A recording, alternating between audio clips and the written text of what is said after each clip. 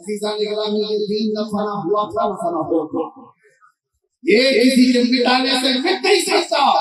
आपको फिक्र की जरूरत नहीं है, आपको अपने दीन और अपने ईमान की फिक्र की जरूरत है। आप दीन इस्लाम की फिक्र कर रहे हो। कुरान में अल्लाह ने वादा किया है सुबह क़यामत तक अल्लाह के चिराग को कोई अपने मुंह के भूखों से नहीं बुझा सकता, नहीं बुझा सकता। तुम अपने ईमान की फिक्र करो। तुम्हारे पास जो दीन है वो बाकी रहेगा नहीं रहेगा। तुम्हारी टोपियां उतर जाएंगी, तुम्हारी दाढ़ियां निकल जाएंगी, तुम्हारा शिआर सब खत्म हो जाएगा। इसकी फिक्र करो। डॉक्टर आएंगे इस तरह से, कभी डर के जरिए से, कभी लालच के जरिए से। उन नौजवानों से मैं खिताब करते हुए आखिरी में ये अर्ज करूंगा, ऐ नौजवानों, दुनिया की चमक दमक को देख करके जिन लोगों ने मसलहत की चादर ओढ़ ली और ये सोचा कि चंद दिन यहाँ पर ऐश करके जाएंगे और यहाँ पर आराम करके जाएंगे, एंजॉय करके जाएंगे, उन लोगों का अंजाम बहुत बुरा होने वाला है। दीन के ऐसे हालात के वक्त जिन्होंने रसूलुल्लाह का दामन छोड़ा। आपको मैं एक बात बता दूं, हुजूर पाक सल्लल्लाहु अलैहि वसल्लम ने क़यामत के आखिर पेश आने वाले जो हालात हैं उसमें एक जंग का जिक्र फरमाया, अल-मलहमतुल कुबरा, एक बड़ी जंग मुल्क शाम में होगी। हुजूर फरमाते 80 झंडों के नीचे कुफार मुशरिकीन दुश्मनाने इस्लाम आएंगे। हर झंडे के नीचे 12,000 की फौज होगी, जो तकरीबन 9.5 लाख के करीब होती है, 9,60,000 के करीब वो फौज लड़ने वाले मोमिनीन। हुजूर पाक सल्लल्लाहु तआला अलैहि वसल्लम आगे की खबर देते हुए फरमा रहे हैं, वो जंग इतनी खतरनाक होगी, आज तक कभी वैसी हुई नहीं और कभी होगी नहीं, इतनी बड़ी। उसका माहौल तो बयान किया मेरे आका ने। ये मेरा बहुत खास नुक्ता आपको सुनकर जाना है। सारे मोमिनीन की जो जमात थी, मुसलमानों की जो जमात, हुजूर फरमाते हैं पहले दिन लड़ाई होगी तो 1/3 एक तिहाई मैदान छोड़कर भाग जाते। मुसलमानों के बारे में कहा है एक तिहाई मैदान छोड़कर भाग जाएंगे, लेकिन रसूलुल्लाह ने इसके साथ ये भी फरमाया वो रूए ज़मीन के सबसे बदतरीन लोग होंगे, उनको तौबा भी नसीब नहीं होगी। हुजूर ने फरमाया जो मैदान छोड़कर भागा ऐसे वक्त में जब दीन की जरूरत है, हुजूर फरमाते वो रूए ज़मीन के सबसे बदतरीन लोग होंगे, तौबा भी नहीं होगी। दूसरा दिन या दूसरा मरहला जंग का, मेरे आका सल्लल्लाहु अलैहि वसल्लम फरमाते हैं एक तिहाई हिस्सा मुसलमानों की जमात का शहीद हो जाएगा, कत्ल हो जाएगा। 1/3 पहले मैदान छोड़कर भागे और 1/3 कत्ल हो गए, शहीद हो गए। अब हुजूर फरमाते हैं आखिरी जो तिहाई हिस्सा बचा, अल्लाह ताला उस जमात को फतह मुबीन पता ये चला फतह मुबीन देखने के लिए कुछ अपनों की गद्दारी भी देखने पड़ेगी और कुछ अपने अजीजों की मौत भी देखनी पड़ेगी।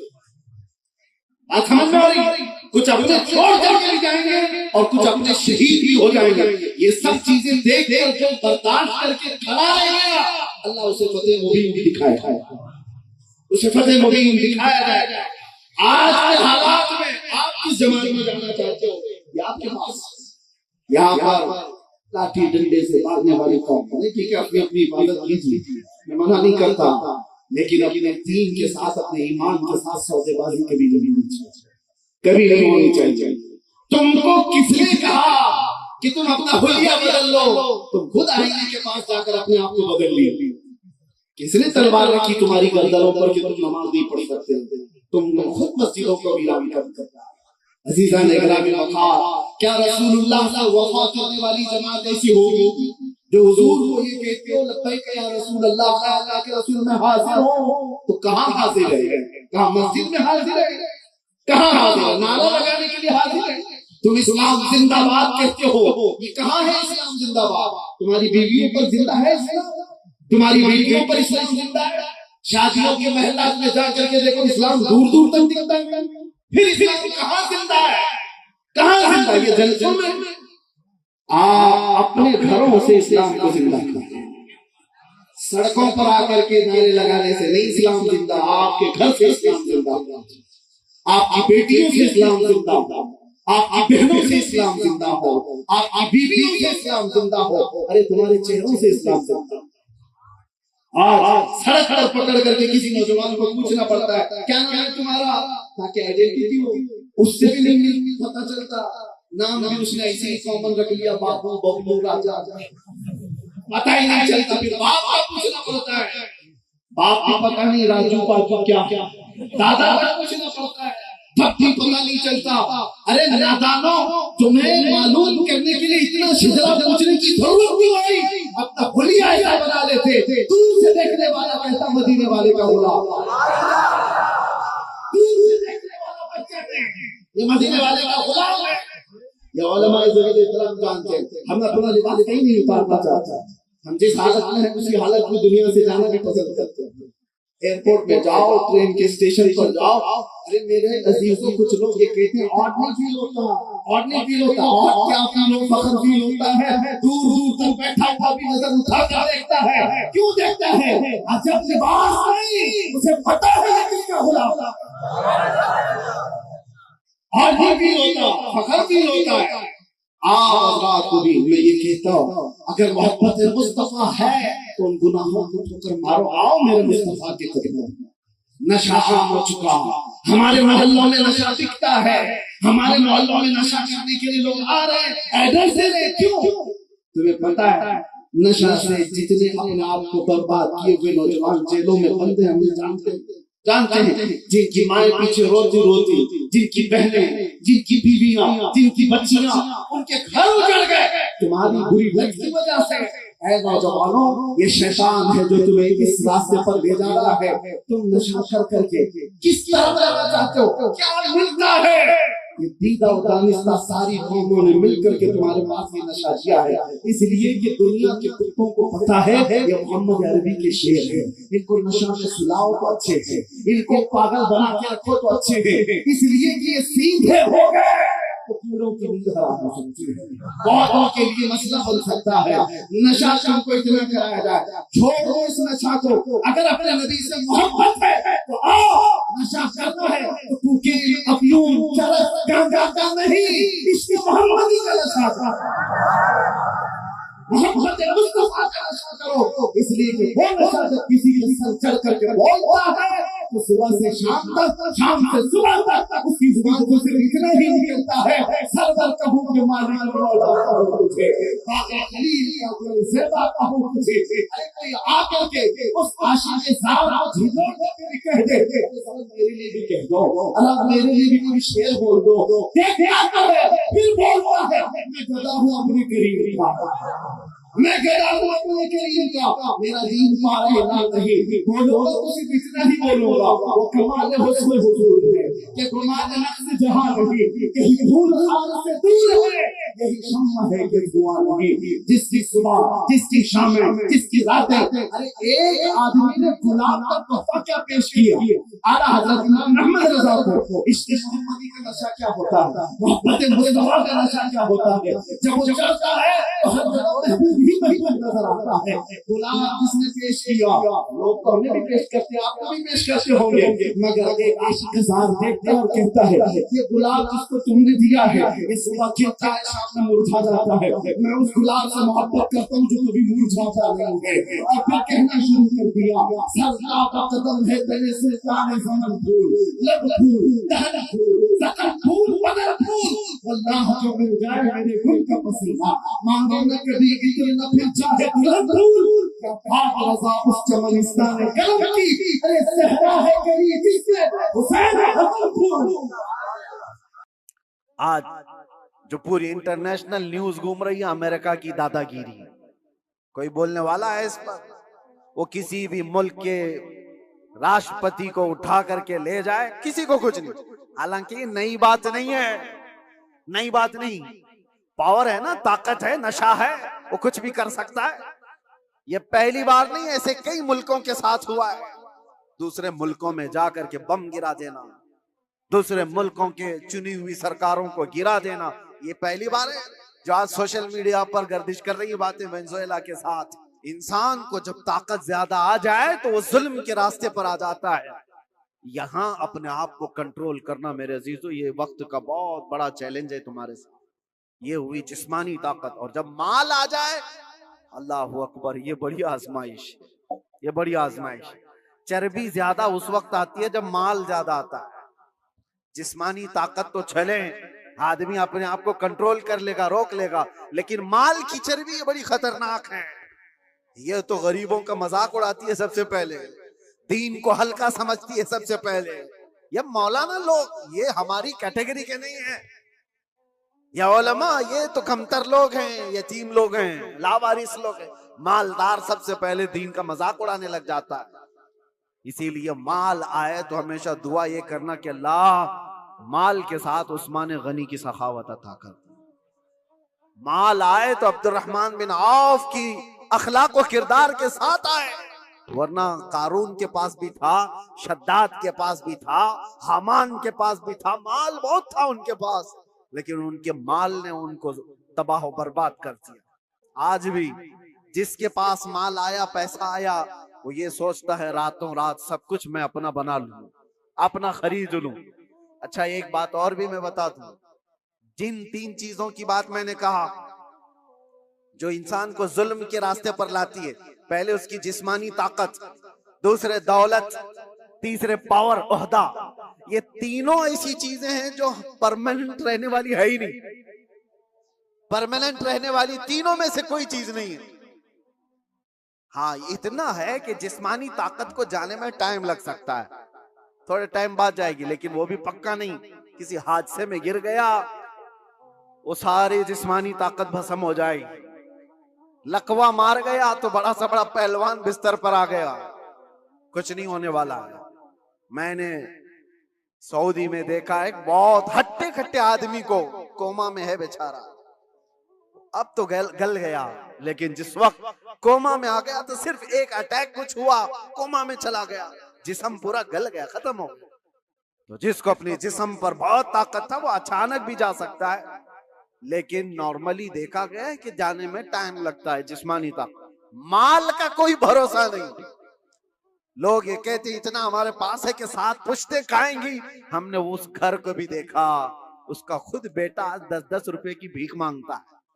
जिसने ये कहा था कि इतना मेरे पास है कि 7 पुश्तें खा सकती हैं, उसका सगा बेटा आज 10 रुपए मांगता है।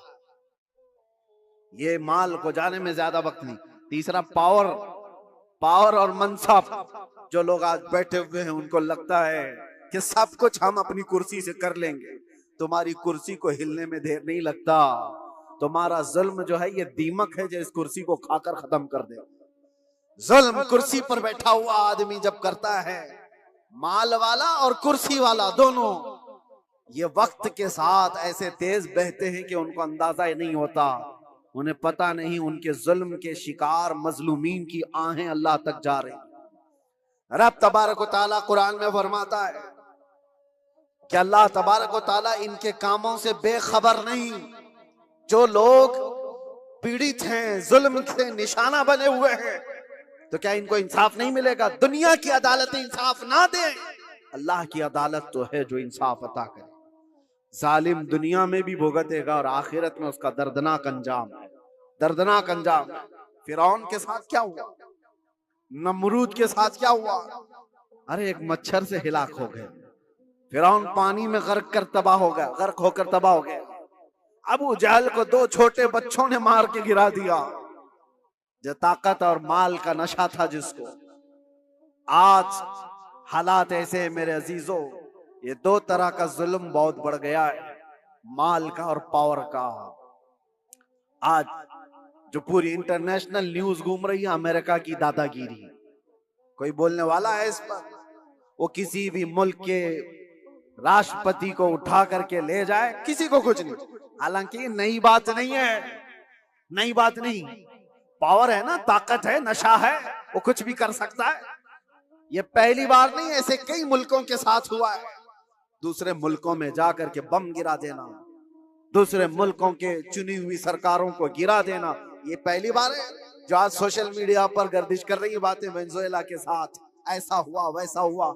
अरे खुद यहाँ हमारे मुल्क में जब मुंबई पर अटैक हुए थे, हमले हुए थे, आपको पता होगा, काफी साल पुरानी बात, ताज पर और ये वीटी में जो हमले हुए थे, उस वक्त पकड़ करके एक अजमल कसाब को तो बहुत घुमाया गया है न्यूज में, लेकिन आपको पता है एक मास्टरमाइंड और भी था डेविड नाम का, और उसको गिरफ्तार भी किया गया, लेकिन अमेरिका की फौज आकर उसको रातों रात यहां से लेकर अमेरिका चली गई, और ये कह करके कि इसका मुकदमा हम चलाएंगे। दादा है साहब, हमारे मुल्क का मुजरिम है, हमारे मुल्क में फसाद किया, लेकिन कानून उनका चलेगा। ये क्या है? ये पावर का इस्तेमाल। दुनिया यही चीज देखती है आज, जिसकी लाठी उसकी भैंस कहा जाता है। ये मुहावरा यही है, ताकत का ऐसा इस्तेमाल, और ये लोग दुनिया को इंसानियत का दर्ज दे रहे हैं, ह्यूमन राइट्स बनाए हुए बैठे हैं, इंसानों के अकदार ये सिखाएंगे हमें जो दुनिया को जुल्म से हाँकते हैं।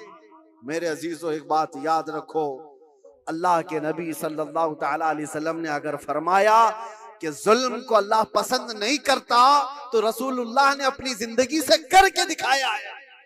यह नहीं है कि तकरीरों में कहा है या कोई स्टेटमेंट है, यह दुनिया के यूएनए का एक स्टेटमेंट होगा, अमेरिका का, यूरोप का स्टेटमेंट होगा कि ह्यूमन राइट्स के खिलाफ कोई भी कुछ करेगा तो हम उसको पकड़ेंगे, मारेंगे, जुल्म के खिलाफ हम बोलेंगे, हम पीस चाहते। ये सब ढकोसले हैं, जुमलेबाजियां हैं, लेकिन सब उनके खुद के अमल की बात आए तो कोई इसमें खरा नहीं है, कोई पक्का नहीं है। लेकिन आओ बारगाह रिसालत मुआब सल्लल्लाहु अलैहि वसल्लम, अल्लाह के नबी सल्लल्लाहु तआला अलैहि वसल्लम जब फरमाते हैं कि जुल्म जायज नहीं, तो मस्जिद नबवी का वो माहौल है, सहाबा बैठे, हुजूर ने फरमाया ये मेरे आखिरी वक्त होंगे, मैं दुनिया से जा रहा हूं, मफहूम मैं बता रहा हूं, इसके बाद हो सकता है तुमसे मुलाकात ना हो, लेकिन तुम में से किसी पर भी कोई हक मेरा बाकी रहे या मुझ पर किसी का हक बाकी है तो खड़ा हो और मुझसे सवाल करे। हुजूर ने फरमाया, और एक साहबी खड़े हो गए, कहा या रसूलुल्लाह आप पर मेरा एक हक है। कहा क्या है? फला जंग में जब जा रहे थे, आप सफे सीधी कर रहे थे, मैं थोड़ा बाहर आ गया था, आपने छड़ी से मुझे मार दिया था, मैं बदला लेना चाहता, आप पर मेरा हक है। तो रसूल करीम सल्लल्लाहु तआला अलैहि वसल्लम ये नहीं फरमाया इस्लाम का बादशाह जो इस्लामी सल्तनत को एस्टेब्लिश कर रहा हो, कि तुम बादशाह जो पूरे कायनात में फैलने वाला दीन है उसके मुक्तदा और उसके आका से बदला लेने की बात कर रहे हो। नहीं फरमाया, हुजूर ने फरमाया उठो आओ। हजरत उमर तलवार निकाल लिए थे, कहा कौन है जो रसूलुल्लाह से बदला लेगा? हुजूर ने फरमाया उमर तलवार नीची करो, या अदालत की महफिल है, यह इस्लाम है, या अल्लाह तबारक व तआला की मंशा के मुताबिक चलेगा, ना कि पावर के मुताबिक। पावर तुम्हारे पास है, इख्तियार तुम्हारे पास है। हुजूर ने फरमाया आ जाओ। वो सहाबी आए, लेकिन उन्होंने ये भी तकाजा किया कि या रसूल अल्लाह, जिस वक्त आपने मारा था मेरे जिस्म पर जुब्बा नहीं था, मैं नंगी पीठ था, आपने मार दिया था, मैं चाहता हूं आप भी अपना जुब्बा उतार दीजिए। हुजूर पाक सल्लल्लाहु अलैहि वसल्लम ने उस वक्त अपना जुब्बा उतार दिया बगैर कुछ कहे। उस सहाबी ने बढ़कर मेरे आका की मोहरे नबूवत का बोसा लिया। दोनों कंधों के बीच हुजूर के एक ऐसी मोहरे नबूवत थी जो सूरज से ज्यादा चमकती थी। ये निशानी थी मेरे आका के खातमुन नबीन की, खत्म नबूवत की मोहर। उस सहाबी ने बोसा ले लिया और कहा बदला हो गया मेरा। ये लेकिन अल्लाह के नबी सल्लल्लाहु अलैहि वसल्लम ने अपने आप को पेश तो किया है, कोई किसी के सामने ये गच तो बताए कोई। अरे आज का कोई भी नेता खड़ा होकर के कह दे किसी पर कोई हक बाकी है तो पूरे घर निकल आएंगे। हाँ, सबका तो खा के बैठा हुआ है छोटी छोटी चीजों के लिए। अब तो देखें लोग फिर भी संभलते नहीं है। मुझे हैरत इस बात की होती है, ये जो अभी इलेक्शन आ रहे हैं सारे नेता तो बाहर निकले होंगे, सब तुम्हारे पास अपनी अपनी कहानियां लेकर, लेकिन इनके पिछले जुल्म तो याद नहीं है, लोगों को भूल जाते हैं। अरे पानी के लिए लोगों से रिश्वत, घर के लिए रिश्वत, हर चीज के लिए। ये मखलूक के साथ जो जुल्म करके कुर्सी संभालते हैं, इनका जब वक्त आए तो मेरे अजीजों तुम्हें भी तो अपने पावर का इस्तेमाल करना चाहिए। एक बात याद रखो, इमाम हुसैन का ये जुमला है, आपने फरमाया था कि मेरे नजदीक जालिम वो नहीं जो किसी को मारता है, जालिम वो भी है जो उसके जुल्म को देखकर खामोश रहता है। आवाज नहीं उठाता। और यहां आवाज उठाने की बात तो छोड़ो, तुम तो ताउन कर रहे हो। आप भाई आगे बढ़ो, हम तुम्हारे साथ हैं। जुल्म करते रहो, हम भी तुम्हारे साथ हैं। पैसा खाते रहो, हम भी तुम्हारे साथ हैं। ये क्या है? ये निजाम को बदलने की जरूरत है। आज पावर का जो इस्तेमाल हो रहा है, गलत इस्तेमाल, इसको बदलने की अपने अंदर सोच पैदा करो। आप सोचते होंगे हम थोड़ी तादाद में, हमसे क्या होगा? हरगिज मत सोचो। एक की सोच से भी इनकलाब आता है। एक की सोच से भी इनकलाब आता है। बढ़ना तुम्हारा काम है। तुम क्यों सोचते हो कि पूरी दुनिया मेरे साथ खड़ा होना चाहिए? नहीं। सरकार मुजाहिदे मिल्लत रहमतुल्लाह तआला अलैह बहुत दिल के अंदर मलाल लेकर के चलते थे। उम्मत के हालात ऐसे, मैं उनको पढ़ा तो मैं भी कई मर्तबा ऐसा, जिसको कहते हैं ना डिसअपॉइंट हो जाना, हालात को देख रहे यार कोई आता ही नहीं, क्या फायदे का हम चिल्लाते रह जाएं, लोग आपस में इख्तिलाफ करके छोड़ के चले जाएं। हुजूर मुजाहिद मिल्लत रहमतुल्लाह ताला अलैह एक बार लोगों को बुलाए थे कि दिल्ली आओ, लेकिन उनकी जितनी तादाद उनको मकसूद थी नहीं आए, तो बहुत ज्यादा नर्वस हो गए। कहा कि इस उम्मत के लिए हम आवाज उठा रहे, ये आने को तैयार नहीं। वापस आए। उस वक्त सुना सरकार मुफ्ती आजम हिंद रहमतुल्लाह ताला अलैह आला हज़रत के शहजादे, उन्होंने कहा था कि मौलाना लोगों को मत देखो, दुनिया जो है कूफा में इमाम मुस्लिम के साथ शाम में 60,000 की तादाद में नमाज पढ़ती है और दूसरे दिन फजर में 2 बच्चों के अलावा कोई नहीं होता। आप इनके बेस पर ना आओ, आप अल्लाह के भरोसे पर जाओ। इसलिए कि गरीब नवाज पहले से हिंदुस्तान में माहौल बना के नहीं आए थे, अल्लाह के भरोसे आए थे, अल्लाह ने माहौल बना दिया।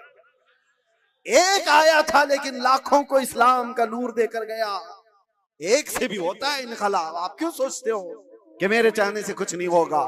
आप सोचो, खड़े हो इनकलाब के लिए कि मैं जालिम का साथ नहीं दूंगा, जुल्म के खिलाफ रहूंगा। लोग तो बिक रहे हैं आज।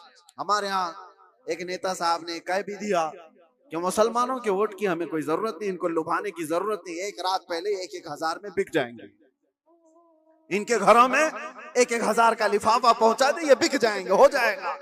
उम्मत मुस्तफा को आज लोग इस तरह का खिलौना बनाए, और ये मजाक नहीं है आपके साथ। आप उसके बावजूद भी ये कहते भाई आगे बढ़ो, हम तुम्हारे साथ हैं।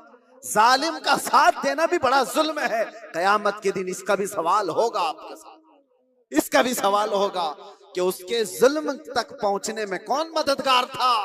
तुम मददगार थे, तुम सारे मददगार थे। इसकी पकड़ होगी। इसीलिए मेरे अजीजों, हो तो इंसाफ के साथ, नहीं तो मेरे आका ने जो फरमाया, एक जमाना ऐसा आएगा कि लोग वही ईमान बचा पाएंगे जो अपने घर में टाट के कपड़े की तरह पड़े रहेंगे। वही लोग अपना ईमान बचा पाएंगे। आज वो हालात हमें दिख रहे हैं। कहां जाएं? खुदा बंदा ये तेरे सादा दिल बंदे किधर जाएं कि दुर्वेशी भी अय्यारी है, सुल्तानी भी मक्कारी है। आज वो हालात आ गए। अजीजा ने गिरामे वकार, खुलासा कलाम मेरा ये है, अल्लाह ताला ने जुल्म को सख्त नापसंद फरमाया, जुल्म को सख्त नापसंद फरमाया।